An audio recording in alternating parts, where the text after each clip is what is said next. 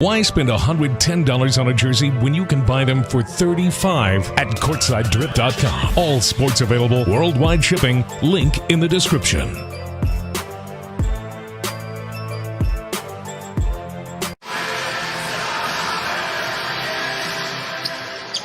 And here is LaMelo Ball, the 2021 Rookie of the Year. The first rookie to do that since Alvin Adams in 1976. Doncic misfires, kept alive to Porzingis, who's in a much better place. But one of the things you'll see with the Dallas Mavericks, if Jason Kidd and all the comments and conversations, he'd like to get Luka Doncic off the ball a little bit more. Has a chance to get back to that all-star form that we saw with the Knicks in 2018. Hardaway for three, on target, 8-0 Dallas. Credit Cody Martin. Like, if you're playing with somebody who's got that kind of vision, make sure you're cutting to open space. Short jumper is good for Porzingis. Jason Kidd was telling us he was coaching Milwaukee when Kristaps had the major knee injury when he was with the Knicks. And he had dunked on Giannis. Just the sixth, though, in the NBA. He's only 26 years old. Doncic is 0 for 3 from the floor. And here comes Cody Martin. He'll drive all the way and finish at the rim. Consistency finishing at the rim. Right? The first thing James Borrego, when I said, what were the marching orders in the offseason, first thing he said was his body. Got to get stronger. He's only 20 years of age. But one of the things, we're courtside now, where last year we weren't for the regular season. You can tell, looking at the upper body of LaMelo Ball, he has gotten stronger. There is some definition compared to when he came into the league. When you ask Coach Borrego about the marching orders for LaMelo Ball in the offseason, game management, as Doncic with a beautiful look that time to Porzingis for the dunk. Can't get it to fall. Nothing's going for Luka tonight. He's 0 for 4.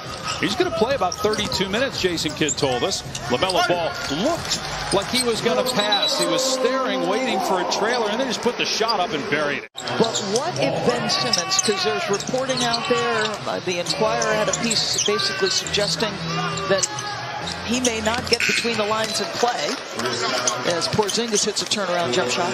Is he going to do what James Harden did when he finally got between the lines in Houston, where you basically made it clear, I'm not going to be the same player? Many times their season was teetering even in the playoffs. Yeah. There were times where their half-court offense looked abysmal. Eric Spoelstra and Rick Carlisle going into Rick, finally switching jobs, were the second longest tenured head coaches with one organization. Obviously, Greg Popovich holds that. We talk about game management, right? So is the other team on a big-time run? Can you get yourself and your group a good shot? James Borrego got to use the timeout here. Cleveland, no. Ish Smith is there again. Looking to run here with Martin, who flies to the rim and smashes it. That ends a drought of 7 minutes and 38 seconds without a field goal. Preseason or not, you just don't see that in the NBA. Doncic beautifully done there. Perfect pass to Powell. Doncic averaged 8.5 assists per game and over 10 assists in that first-round series last year. P.J. Washington with the stuff. And some of the additions like Bullock and Brown help with perimeter shooting, take some pressure off Doncic. Where'd the Mavs finish in the West? They were 5th last year. Powell finishes inside. Phoenix, Devin Booker breaking his nose, never breathing a word of it. He took multiple shots in that finals and just kept playing. Smith with the lob. Martin came down with it and kicked it back out to McDaniels. And the three goes, the first of the night for Charlotte after an 0 for 7 start. I want to say that's almost exactly the descriptor that Kevin Durant put on him. Talked about, you don't speed him up. Inside 2 minutes to go here in the first half. The lead is 23. Doncic again. Gets past 3 guys out to Porzingis. And the 3 is money. Tough cover here for Smith. Plumlee with a double. Brunson for 3. Got it. So again, double of Luka.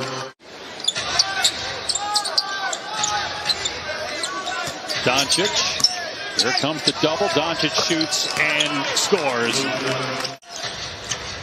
Mavs open up next Thursday at Atlanta. Doncic, step back three for Plumlee is good.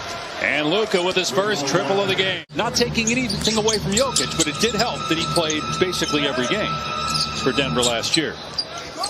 Well, I think it may have, obviously, no question it played a part, because Embiid was obviously an MVP-worthy candidate. Remember, they were hovering in the 4th and 5th spot of the East. You know, taking everybody by surprise. Wow, Dwight Powell, the slam. The picture of an improving player. Okay, and can we just talk about how great Gary Payton is in the NBA 75 video?